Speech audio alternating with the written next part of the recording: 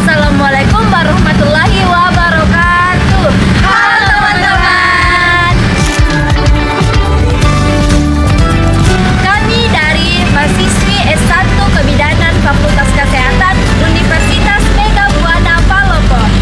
Om Tim Malayum Damreng.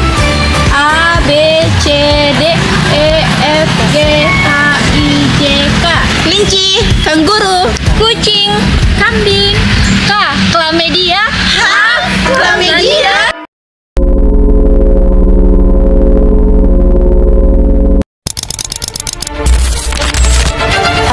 Sampai 90% pengidap tidak memiliki gejala. Nah, Terus penyakit menular seksual diderita Infeksi menular seksual.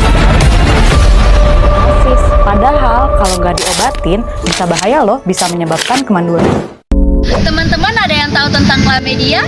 Mungkin ada yang sudah tahu dan juga ada yang belum. Tidak apa-apa, pada kesempatan kali ini kita akan membahasnya bersama-sama. Nah, mungkin nama chlamydia masih familiar, tetapi chlamydia ini masih terus harus diketahui karena chlamydia dapat mengganggu kesehatan reproduksi jika tidak segera ditangani.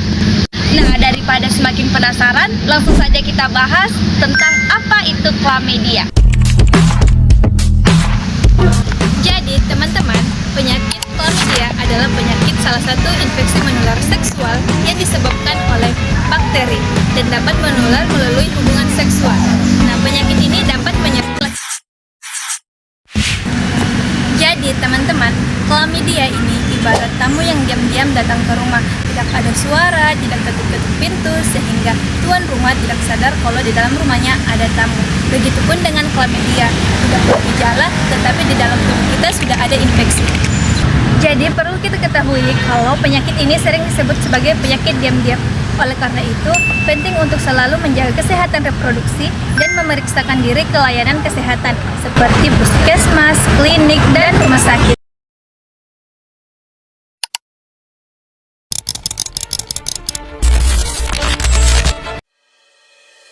Teman-teman, chlamydia bisa menular melalui hubungan seksual, terutama pada pasangan terinfeksi. Selain itu, ibu hamil yang terinfeksi bisa menular kepada bayinya setelah persalinan. Namun, chlamydia tidak tertular begitu saja melalui hubungan berjabat tangan, berpelukan, bersentuhan, atau makan bersama. Jadi teman-teman, kalau ada teman tak yang terinfeksi chlamydia, jangan kasihan kucilkan nih atau tinggali, kita kasih saja dukungan dan support supaya teman tak yang terinfeksi chlamydia segera melakukan pemeriksaan ke tenaga kesehatan. Baik teman-teman, kalian tahu apa saja gejala chlamydia pada perempuan dan laki-laki? Nah, gejala chlamydia pada perempuan gejalanya bisa berupa keputihan yang tidak sesuai, nyeri saat buang air kecil, nyeri perut bagian bawah, atau nyeri saat berhubungan seksual. Sedangkan pada laki-laki, gejalanya bisa berupa keluar cairan dari penis, nyeri saat buang air kecil, atau nyeri pada area testis. Tetapi sekali lagi, banyak penderita yang tidak mengalami gejala sama sekali. Oleh karena itu, jika merasa beresiko atau memiliki keluhan, jangan ragu untuk memeriksakan diri ke fasilitas kesehatan. Teman-teman, mungkin kalian pernah berpikir bahwa tidak ada gejala berarti tidak berbahaya. Padahal faktanya tidak seperti itu ya teman-teman. Jika chlamydia tidak segera ditangani, maka akan menyebabkan infeksi yang lebih serius pada organ reproduksi. Bagi perempuan sendiri, penyakit chlamydia dapat menyebabkan penyakit radang panggul. Nah, jika tidak segera ditangani, bahkan risiko tidak terjadi kehamilan di kemudian hari.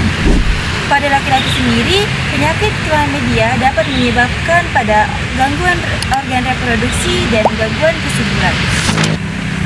Karena itu, jangan menunggu penyakit chlamydia semakin parah. Semakin cepat kita ketahui, maka semakin cepat pula kita obati. Kamu tahu nggak bagaimana cara pencegahan chlamydia? Jadi, cara pencegahan chlamydia itu ada berbagai cara. Nah, diantaranya itu yang pertama, itu cukup dengan satu pasangan saja, jadi jangan gonta-ganti pasangan. Yang kedua itu, hindari hubungan seksual yang berisiko. Nah, yang ketiga itu, menjaga kebersihan organ reproduksi. Nah, menjaga kebersihan organ reproduksi ini sederhana saja. Contohnya itu seperti membersihkan organ reproduksi menggunakan air yang bersih, terus rutin mengganti pakaian dalam, apalagi apalagi saat menstruasi. Nah, kita itu harus rutin untuk mengganti pembalut supaya tetap menjaga kebersihan. Nah, selanjutnya itu menggunakan kondom.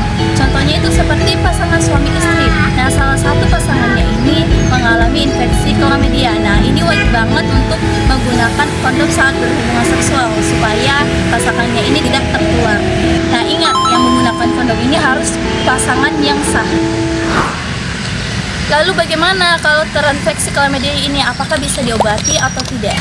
Jadi teman-teman, kalau mengalami gejala-gejala yang telah kami tadi jelaskan, jangan ragu untuk pergi melakukan pemeriksaan kesehatan ke tenaga kesehatan.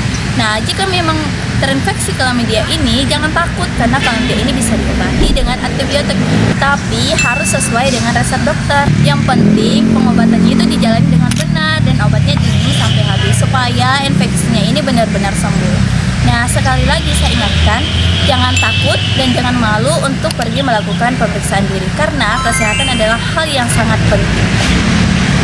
Wah, tidak terasa ya teman-teman, kita sekarang sudah ada di akhir video kita. Teman-teman, dari video tadi, apakah sekarang teman-teman sudah mengetahui tentang chlamydia? Wah, semoga dari video ini dapat bermanfaat bagi kita, menambah pengetahuan bagi kita semua dan menjadi bekal untuk terus kita menjaga kesehatan dan dapat kita bagikan informasinya ke keluarga dan juga orang-orang yang ada di sekitar kita. Yang perlu kita ingat teman-teman, bahwa menjaga kesehatan itu sangatlah penting. Jangan menunggu hingga gejala muncul terlalu besar, segera kita periksakan karena semakin cepat ditangani semakin baik pula penanganannya. Mari teman-teman, kita mulai dari diri kita sendiri untuk terus menjaga pola hidup sehat, menjaga kebersihan, dan ingat, jangan ragu untuk ke tenaga